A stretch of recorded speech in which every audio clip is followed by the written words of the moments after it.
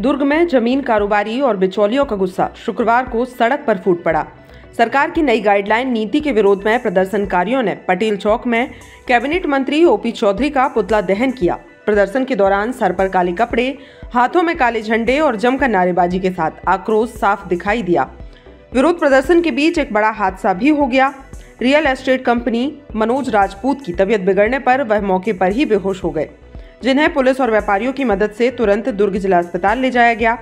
इधर प्रदर्शन के दौरान पुलिस और प्रदर्शनकारियों के बीच जमकर धक्का मुक्की हुई। झूमा झपटी में एक प्रदर्शनकारी के नाक से खून बहने की भी जानकारी सामने आई है। आपको बता दें कि रजिस्ट्री के नए बाजार मूल्य में भारी बढ़ोतरी के बाद जमीन कारोबारियों में लगातार नाराजगी बढ़ती जा रही है। पिछले 4 से 5 दिनों से प्रदर्शन जारी है, लेकिन आज का प्रदर्शन सबसे उग्र रहा। इधर इस आंदोलन ने अब राजनीतिक रूप लेना शुरू कर दिया है। आज विरोध में कांग्रेस के ग्रामीण जिला अध्यक्ष राकेश सिंह ठाकुर शामिल हुए तथा कांग्रेस ने साफ संकेत दिए हैं कि अब इस मुद्दे को राजनीतिक रूप से भी उठाया जाएगा।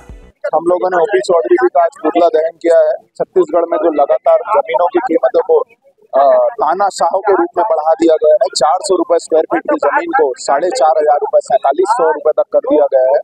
20 लाख रुपए एकड़ की जमीन को 2 करोड़ रुपए कर दिया गया है, जिसके कारण आम जनता और गरीब आदमी अपनी जमीन बेच नहीं सकता। और बेच लिया जो गरीब ब्रोकर और दलाल जमीन का काम कर रहे हैं, उनको तानाशाही और उनके ऊपर लगातार दबाव बनाया जा रहा है कि ये विरोध प्रदर्शन बंद हो सके।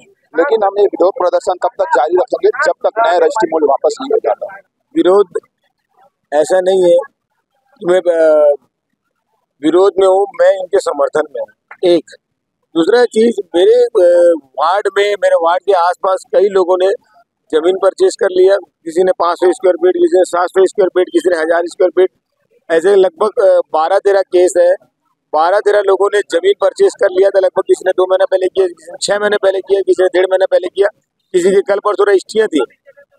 अब उनके साथ ये विडंबना आ गई है, जिसका पंजीयन 60-70 हजार रुपये का शुल्क बताया था स्टाम्प वेंडर ने, और जिससे जमीन खरीदे तो उन्होंने आज उनको पंजीयन शुल्क 2-2.5 लाख रुपए पड़ रहा है। देखिए, कांग्रेस पार्टी हर गलत चीज के लिए जो हो रहा है उसके लिए साथ में खड़ी है। जिस प्रकार से मूल्य वृद्धि आज ये ओपी चौधरी जी ने जो किए हैं, बेतहाशा जो जमीनों के मूल्य में वृद्धि किए हैं, गाइडलाइन में जो वृद्धि किए हैं, मैं तो बोलना चाहूंगा, आप तो कलेक्टर रहे हैं, आपने गाइडलाइन बढ़ाते हैं, कलेक्टर गाइडलाइन बढ़ाते हैं, आप खुद बढ़ाए 10 से 20%। ये कहाँ का नियम है 500 और 1000% बढ़ाने का? आज रजिस्ट्री ऑफिस में सन्नाटा पसरा पड़ा है, रजिस्ट्रियाँ हो नहीं रही है। आम जन आज रोड पे आ गए, व्यापारी रोड में आ गए, सारे लोग आज रोड पे आ गए और पूरे प्रदेश में हो रहा है। पहली बार मैंने लाइव में देखा है कि कलेक्टर गाइडलाइन बढ़ने के बाद आज पूरा व्यापारी से लेके आम जन जमीन वाले आज रोड पे आ गए हैं और आंदोलन कर रहे हैं। ये मेरे लाइव का पहला ऐसे मैं चीज देख रहा हूँ और इसका कारण कोई नहीं है, ओपी चौधरी जी है। और ये बोलते हैं कि किसानों को फायदा मिला। किस हिसाब से किसानों को फायदा मिलेगा? उनका जमीन जब बेचने जाएगा किसान, तो यही व्यापारी जो है ये ले नहीं पाएंगे, क्योंकि मूल्य वृद्धि इतना कर दिया। जब उनको मकान बनाना होगा, शादी करना होगा, बच्चों की पढ़ाई कराना होगा, जब जमीन बेचने जाएगा तो उनका जमीन बिकेगा नहीं। फिर उस समय किसानों का रेट गिरेगा और रेट गिरेगा तो किसानों का हश्र जो है, जो हमारा किसान मजबूत प्रदेश है, वो फिर से हमारा बैक पे आ जाएगा, हमारा छत्तीसगढ़ प्रदेश। बिल्कुल तानाशाही है, 100% तानाशाही है। अरे जहाँ मूल्य जो है, जहाँ 50 लाख रुपए एकड़ में नहीं बिक रहा है, वहाँ पे आप 1 करोड़ रुपया गाइडलाइन कर दिए।